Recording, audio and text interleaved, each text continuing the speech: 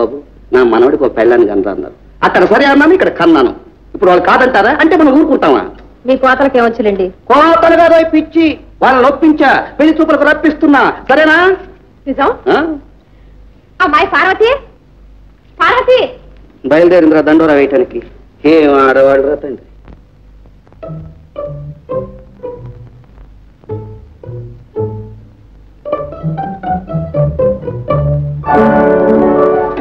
ఏమండో అక్కయ్య గారు, ఇంతసేపు ఉన్నారు? తిక్కి శంకరం గారు కబుర్లంతా చక్కగా చెప్తారా? కబుర్లు కాకరకాయలు ఊరుకో. ఆహా, నువ్వు నాకు చెప్పాలి, నేను ఆయన కబు చెప్పాలి. చెప్పు. అబ్బబ్బబ్బా, నన్ను విసిగించుకుని అసలే మనసులో లేదు. నన్ను వెళ్ళను. ఏ అక్కడే వదిలేసి వచ్చావా? పోనీ ఆయన మనసునే తెచ్చుకోలేకపోయావా? ఇందు కొట్టానంటేనా? కొడతావా? కొట్టు. ఎక్కడికి వెళ్ళావో అమ్మతో నిజం చెప్తా. చెప్తావే? చూడవే అమ్మా. అమ్మెందుకే? ఏమిటరా నీ గొడవ? ఏమిటే ఇందు? అది కాదమ్మా, అక్కయ్యేమో వడ్డీదనమ్మా. నిజమ్మా, నన్నేమో 2 జడ్లమ్మా ఈ ఎగతాళి చేస్తుంది. నన్ను చీపు జుట్టమ్మా ఎగతాళి చేయరా? ఏమిటమ్మా నువ్వు కూడాను? ఇంకే, నా 2 జడ్లు నీకు ఇచ్చేస్తాను, నీ చీపు జుట్టు నాకు ఇచ్చే. రేపు పెళ్ళయిన తర్వాత మొగుళ్ళను కూడా మార్చుకుంటున్నాను. సరే కానీ వెళ్ళి పడుకోండి. 2 జడ్లమ్మా, నీకు చీపు ఇస్తాను.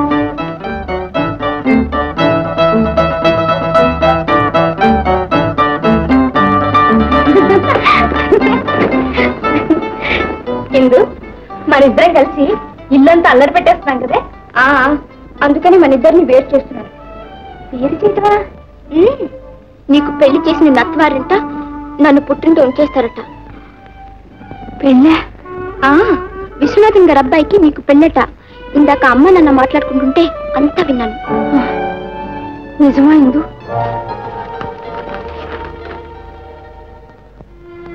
పెళ్లి జీవితానికంతా ప్రధానమైంది.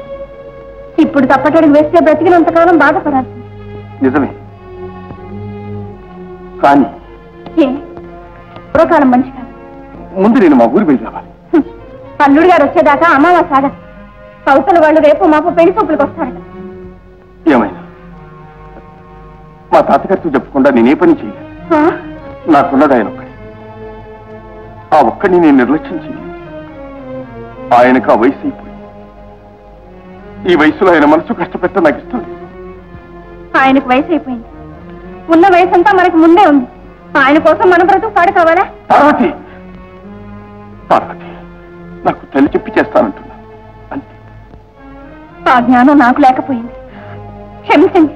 పారు, పారు, నీవు నన్ను సరిగ్గా అర్థం చేసుకోలేదు. పారు, అర్థమైంది. సాధైన ఏది సాధ్యం కాదు. పారు, పారు,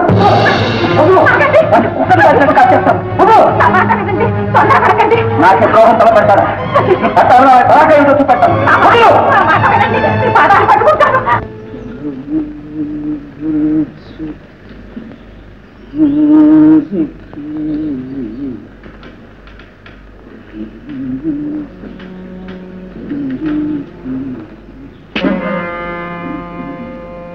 తాతయ్య.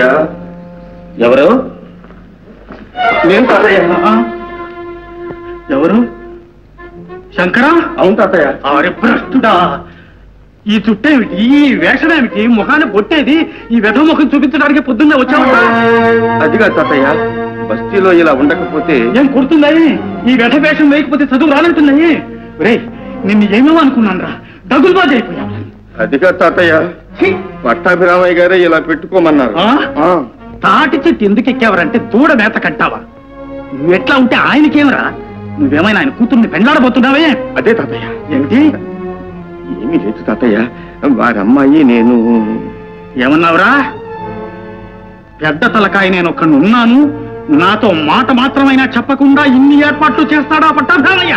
లేదు తాత, వారికి విషయం తెలియనే తెలియదు. ఓరే అయోగ్యుడా, అన్నం పెట్టిన చోటే కన్యాభరణం తలపెట్టావురా?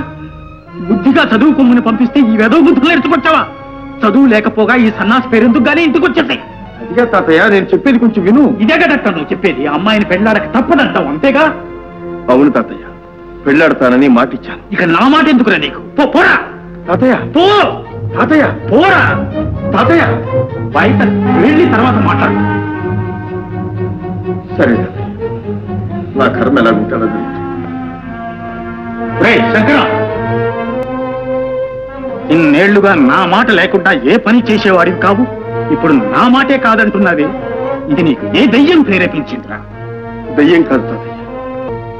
అనక వెనక కనక మనస్సు నిగ్రహించుకోగలిగితే ఆత్మశక్తి